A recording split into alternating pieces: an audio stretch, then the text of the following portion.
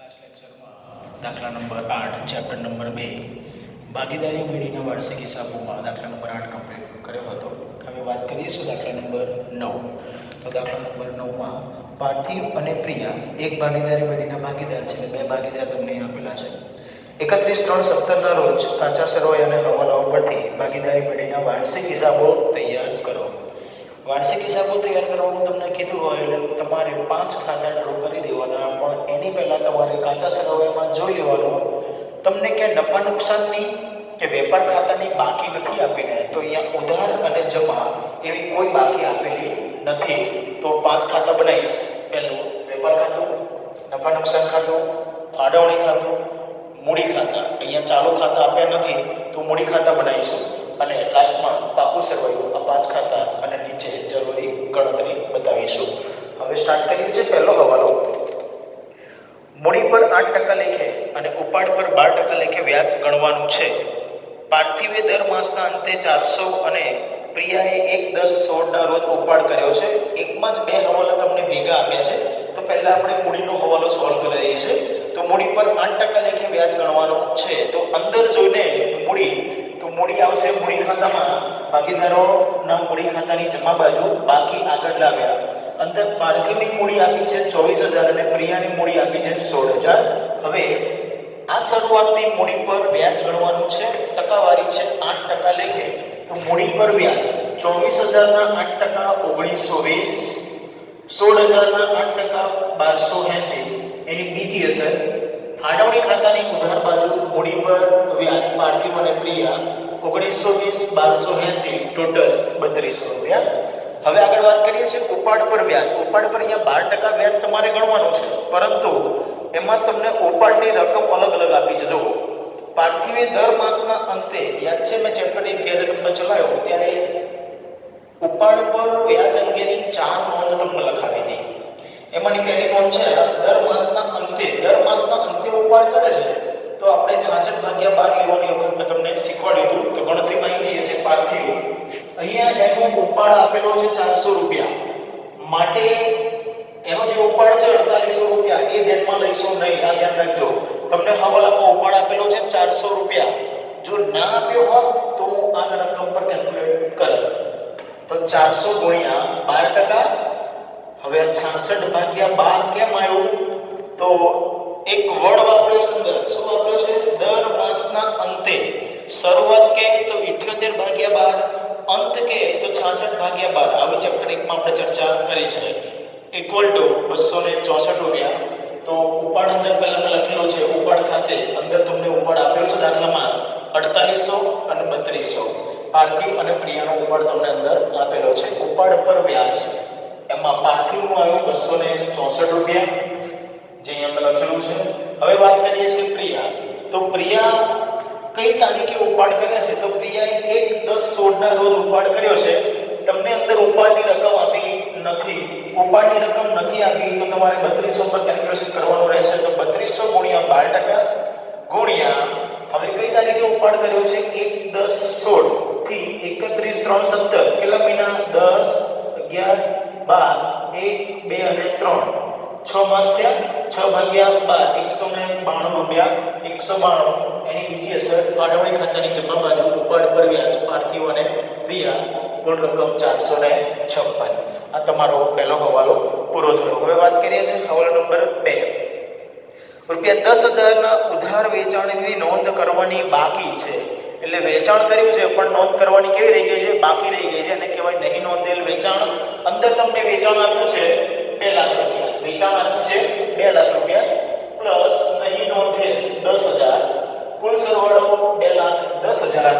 મેં એ વખતે તમને શીખવાડ્યું હતું વેચાણમાં પ્લસ થાય તો દેવાદારોમાં પણ પ્લસ થાય. તો દેવાદારો 48,000 તમને અંદર આપેલા છે પ્લસ નહીં નોંધેલ વેચાણ 10,000. કુલ સરવાળો 58,000. આટલે સુધી હવાલો ક્લિયર થયો.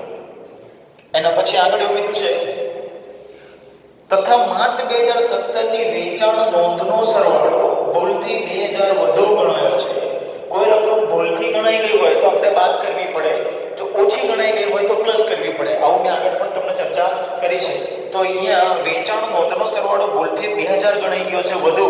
તો હું બાદ કરીશ માઇનસ વેચાણ નોંધનો વધુ નોંધાયેલ સરવાળો 2012 રકમ નીકળશે 2,08,000. હવે તમને સવાલ થાય કે સાહેબ આની બીજી અસર એટલે કે તમે હમણાં જ કીધું હતું કે વેચાણમાંથી બાદ થાય તો દેવાદારોમાંથી બાદ કરવાનું. યાદ રાખજો આ વેચાણ નથી, આ પેટા નોંધ છે. વેચાણ અને વેચાણ નોંધ બંનેનો અંતર છે. વેચાણ એટલે ઉધાર વેચાણ કહેવાય અને વેચાણ નોંધ એટલે આખા વર્ષ દરમિયાનનું જે વેચાણનું નોંધ આપણે જ્યાં કરીએ છીએ એને વેચાણ નોંધ અને પેટા નોંધ કહેવાય. તો એની ફક્ત એક જ અસર આવે જે વેચાણમાંથી બાદ થાય, એને બીજી કોઈ અસર આપવાની જરૂર રહેતી નથી. એના પછીનો ત્રીજો હવાલો, રૂપિયા 2,000ની વધારાની કાલખાત માંડી વાળો અને 5% કાલખાત અનામતની જોગવાઈ કરો. તો કાલખાત તમારે માંડી વાળવાની છે તો હવાલાની કાલખાત છે માઇનસ કાલખાત 2,000 બાદ બાકી 56,000 માઇનસ કાલખાત અનામત આ રકમના 5%, 56,000 ના 5% 2800, 12 રકમ આવી 53,200. હવે એની બીજી અસર ફોર્મેટમાં કાલખાત કાચા સરવૈયાની, કાલખાત હવાલાની, કાલખાત અનામત હવાલાનું ત્રણનો સરવાળો માઇનસ કાલખાત અનામત કાચા સરવૈયાની. હવે આ ચાર જે રકમ મારે જોઈએ છે એ મને રકમ અંદર આપી છે કે નહીં આપણે પહેલા જોઈ લઈએ. તો કાલખાત અનામત મને અંદર કાચા સરવૈયામાં આપી નથી, કાચા સરવૈયામાં નથી આપી. હવાલાની મારી આવી છે ત્યાં 2,000 અને કાલખાત અનામત હવાલાનું આવ્યું છે 2800, સરવાળો 4800 માઇનસ કાલખાત અનામત કાચા સરવૈયાની આવશે 4800. બાર નીકળી અહીંયા આપી નથી એનો ડેશ મૂક્યું છે, બાર રકમ નીકળશે 4800 રૂપિયા. આ ત્રીજો હવાલો તમારો પૂર્ણ થયો. ચોથો હવાલો, રૂપિયા 4,000 નું ફિટિંગ્સ નકામું થઈ ગયું છે જેની ચોપડી નોંધ કરવાની બાકી છે. હવે ફિટિંગ્સ અને ફર્નિચર બંને એક જ વસ્તુ છે, બરાબર. અહીંયા ફર્નિચરનું ફિટિંગ્સ એવો શબ્દ વાપરે છે પણ ફિટિંગ્સ નકામું થઈ ગયું છે એનો મતલબ એટલું ફર્નિચર હવે આપણું નકામું થઈ ગયું છે જેનો હવે કોઈ મતલબ છે નહીં. અને જે વસ્તુ નકામી થઈ ગઈ હોય તો એને આપણે શું કરીશું, બાદ કરીશું. તો અંદર ફર્નિચર મને આપ્યું છે 10,000 માઇનસ નુકસાન, નુકસાન કહેવાય અથવા નકામું થઈ ગયેલું ફર્નિચર 4,000, રકમ બહાર આવશે 6,000. હવે આ નકામું જે વસ્તુ થઈ ગયું છે એને નુકસાન કહેવાય, જે નુકસાન થયું કહેવાય અને નુકસાન આવશે નફા નુકસાન ખાતાની હર બાજુ ફિટિંગ્સનું નુકસાન 4,000.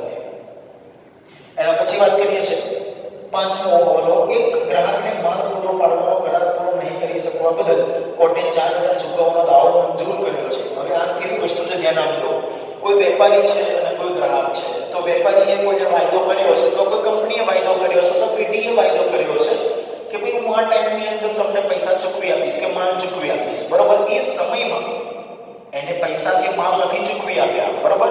એટલે સામેવાળા વ્યક્તિએ કોર્ટમાં જઈને દાવો કર્યો. હવે કોર્ટમાં જઈને દાવો કર્યો એટલે કોર્ટવાળાએ હુકમ કર્યો કે ભાઈ તમારે 4,000 રૂપિયા ચૂકવવા પડશે.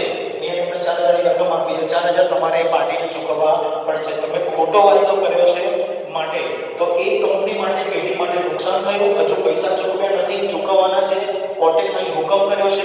તો પહેલી અસર આવે ચૂકવવાનો પાત્ર દાવો રૂપિયા 4,000 જે ચૂકવવાનો છે હજુ ચૂકવ્યો નથી એટલે તમારું દેવું થયું. અને બીજી અસર આ 4,000 વગર કામના ચૂકવવાના થયા છે જેને કંપની પેઢી સાથે કોઈ લેવા દેવા નથી તો એ નુકસાન થયું કહેવાય, બરાબર. કોઈ કાર્ય નથી કર્યું છતાંય ચૂકવવાના છે તો નુકસાન થયું કહેવાય. તો ચૂકવવા પાત્ર દાવો, નુકસાન હંમેશા નફા નુકસાન ખાતાની ધાર બાજુ ચૂકવવા પાત્ર દાવો 4,000 રૂપિયા અહીંયા લખવાનો તમારે રહેશે. એના પછી વાત કરીએ છીએ છેલ્લો હવાલો, ચૂકવવાની બાકી મજૂરીનો 2,000 મજૂરી ખાતે નોંધ્યા છે. યસ, યાદ રાખજો. મજૂરી ક્યાં આવે પહેલા તો તમને એક લેવા હોવું જોઈએ વેપાર ખાતાની ધાર બાજુ મજૂરી આવે. તેનો મતલબ એવો છે મજૂરી ખાતે તો બરોબર નોંધેલા છે એટલે આમાં આપણે કોઈ સુધારો વધારો કરવાનો નથી. પરંતુ ચૂકવવાની બાકી મજૂરી ખાતે કાચા સરવૈયામાં નોંધવાનું રહી ગયું છે. એટલે ચૂકવવાની બાકી મજૂરી ક્યાં નોંધીએ છે તો દેવું કહેવાય. મૂડી દેવા બાજુ ચૂકવવાની બાકી મજૂરી 2,000 અને એક જ અસર આવશે. આ ધ્યાન રાખજો કેમ કે મજૂરીમાં નોંધેલા છે પરંતુ ચૂકવવાની બાકી મજૂરીમાં નોંધવાના રહી ગયા છે તો એ મૂડી દેવા બાજુ નોંધવાના રહી ગયા છે જે આપણે નોંધ કરવી પડે. અહીં તમારા બધા જ હવાલા પૂરા થયા, બરોબર. કોઈ હવાલો એવો નથી કે જેમાં બહુ વધારે કેલ્ક્યુલેશન હોય અથવા સમજમાં ન આવે. હવે વાત કરીએ છીએ કાચા સરવૈયાની એન્ટ્રીઓની. તો જો ઉધાર બાકી, ઉપાડ, આરતીઓ અને ક્રિયા જેની નોંધ આપણે કરી નાખી છે ઉપાડમાં. એના પછી ખરીદીની ચોખ્ખી પડતર. હવે ખરીદીની ચોખ્ખી પડતર એટલે શું તો એને વ્યવસ્થિત ખરીદી જ કહેવાય. તો હું લખીશ ખરીદી અથવા વ્યવસ્થિત ખરીદી અથવા ખરીદી લખશો તો પણ ચાલશે. રકમ આપી છે 1,06,000. ઇનર કોલમમાં નાખીશ કદાચ અંદર કનેક્ટેડ એન્ટ્રી હોય માટે એના પછી છે માલ સ્ટોક, કૌંસમાં લખ્યું છે 31,370. મેં લાસ્ટ લેક્ચરમાં પણ ચર્ચા કરી હતી કે જ્યારે કાચા સરવૈયામાં 31 ટનનો સ્ટોક આપ્યો હોય તો એની એક જ અસર આવે, આખર સ્ટોક રકમ અંદર આપી છે તમને 28,000 રૂપિયા. આખર સ્ટોક 28,000. એના પછી એન્ટ્રી છે, એના પછી આવે છે લેણું. લેણું આવશે તમારું, રકમ છે અંદર લેણાની 48,000 રૂપિયા. લેણું એટલે શું થયું ભાઈ? લેણું એટલે મિલકત થઈ 48,000 રૂપિયા. એના પછી મજૂરી અને પગાર, વેપાર ખાતાની ઉધાર બાજુ. પહેલો અક્ષર મજૂરી છે માટે વેપાર ખાતાની ઉધાર બાજુ લખીશું. પગાર આગળ હોત તો નફા નુકસાનની ઉધાર બાજુ લખો. રકમ આવશે 10,000 રૂપિયા. એના પછી છે વેપાર ખર્ચ. વેપાર ખર્ચ આવશે નફા નુકસાન ખાતાની ઉધાર બાજુ. વેપાર ખર્ચ રકમ છે ને 16,000 રૂપિયા. 16,000. એના પછી છે મકાન. મકાન તો બધાને ખબર છે મિલકત કહેવાય. મિલકત ના બાજુ મકાન 50,000 રૂપિયા. એના પછી છે, એના પછી ફર્નિચર અને ફિટિંગ્સ આવી ગયું. ઓફિસ સાધનો. ઓફિસ સાધનો એ પણ મિલકત કહેવાય. ઓફિસ સાધનો રકમ આવશે 4,000. એના પછી છે પેકિંગ સામગ્રી સ્ટોક. એ પણ પેકિંગ સામગ્રી સ્ટોક મિલકત કહેવાય. એની પણ રકમ છે 4,000. એના પછી છે રોકડ સિલક. રોકડ સિલક પણ મિલકત કહેવાય. રોકડ સિલક રકમ આપી છે 2,000. તો આ ઓફિસ સાધનો, પેકિંગ સ્ટોક અને રોકડ સિલક ત્રણ મિલકત છે. મિલકત એને બધું દર્શાવ્યું છે. હવે ઉધાર જમા બાજુ આવી જઈએ છે. મૂડી ખાતા. મૂડી ખાતામાં અમે બે અસર આપી દીધી છે. મૂડીની 24,000 અને 16,000. એના પછી વેચાણ. તો વેચાણની અસર આપણે આપી દીધી છે. એના પછી આવે છે દેવું. દેવું એટલે મૂડી દેવા બાજુ આવશે, રકમ છે 30,000 રૂપિયા. એના પછી છે નમૂના તરીકે વહેંચેલ માલ. યાદ રાખજો, કોઈ પણ રીતે માલ વેચાય ત્યારે મેં તમને નોંધ શીખવાડી છે. ફોર્મેટ લખાયું તો ખરીદી માઇનસ ખરીદ પર માઇનસ અન્ય રીતે માલની જાવક. તો અહીંયા લખ્યું છે નમૂના તરીકે વહેંચેલ માલ, તો માઇનસ કરીશ. નમૂના તરીકે વહેંચેલ માલ રકમ છે 2,000 રૂપિયા. રકમ આવશે 1,04,000. એના પછી છે બેંક ઓવરડ્રાફ્ટ. બીઓડી દેવું કહેવાય, ચૂકવવા પાત્ર થાય. બીઓડી રકમ આવશે 14,000 રૂપિયા. અહીં તમારા બધા જ હવાલા અને બધી એન્ટ્રીઓ પૂર્ણ થઈ. હવે ખાતા ક્લોઝ કરીશું. ખાતા ક્લોઝ કરવામાં થોડું ધ્યાન આપજો. પહેલા તો વેપાર ખાતું ક્લોઝ કરીએ છીએ. સરવાળો થાય છે 2,08,000. 2,08,000. એમાંથી ઉપરની બે રકમ બાદ કરતા ડિફરન્સ મારો મળે છે 94,000. એને આપણે કહીશું કાચો નફો. નફા નુકસાન ખાતે લઈ ગયા, ટ્રાન્સફર કરીશું. કાચો નફો 94,000. હવે એ બાજુ ડિફરન્સ કાઉન્ટ કરીએ. એ બાજુ ડિફરન્સ વધારે આવે છે, સરવાળો આવે છે. જમા બાજુ વધારે અને ડિફરન્સ તમારો ઉધાર બાજુ પડશે 94,000. ડિફરન્સ પડશે અને આપણે કહીશું ચોખ્ખો નફો. એમાં ઉપરની રકમ બાદ કરતા 16,000, 4,000, 48,000 અને 4,000 બાદ કરતા મારો ડિફરન્સ પડશે 65,200. 65,200. હવે એ જે નફો આવ્યો, ચોખ્ખો નફો, આપણે વહેંચણી ફાળવણી નફા નુકસાન ફાળવણી કરતા ટ્રાન્સફર કરીશું 65,200. હવે એનો સરવાળો બી બાજુ વધારે આવે છે તો જમા બાજુ સરવાળો વધારે આવશે અને સરવાળો થાય છે 65,656. 65,656. 65,656. અહીંયા તમારો આવ્યો વેચણી પાત્ર નફો પાર્થિવ અને પ્રિય. હવે એને વેચવાના છે. દાખલામાં નફા નુકસાનનું ક્યાંય પ્રમાણ તમને આપ્યું નથી. નફા નુકસાનનું પ્રમાણ ન આપ્યું હોય એટલે વેચણી થાય 1:1 તો આ ડિફરન્સ બાદ કરતા ડિફરન્સ તમારો આવે છે 62,456. એને 1:1 વેચતા 31,228 એનું ટ્રાન્સફર કરીશ. નફો મૂડી ખાતાની જમા બાજુ 31,228.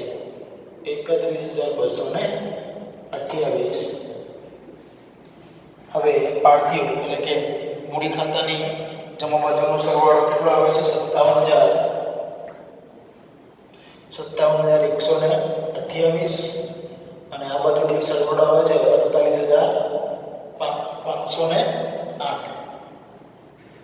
હવે એ જ રકમ ઉધાર મૂકીશ. 57,128 48,508. હવે તમારી બાકી નીકળી. બાકી આગળ લઈ ગયા જેને મૂડી કહેવાય 52,084 અને 45,116. હવે ટ્રાન્સફર કરીશું કાયમી મૂડી ખાતા મૂડી પાર્થિવ અને પ્રિયા 52,084 45,116 57,200. હવે પાકો સરવાળો બંને બાજુ ઇક્વલ થવો જોઈએ. મૂડી દેવા બાજુ સરવાળો આવે છે 1,47,200 અને મિલકતની બાજુ પણ સરવાળો આવે છે 1,47,200. અહીં તમારો દાખલો પૂર્ણ થયો. હવે ઉદાહરણ નંબર જે આગળના ઉદાહરણ છે એ તમારે કેલ્ક્યુલેટ કરવાના રહેશે. વોટ્સઅપ મેસેજ ગ્રુપમાં આવશે કે તમારે કયા ઉદાહરણ ગણવાના છે. બરોબર. આજનો લેક્ચર અહીંયા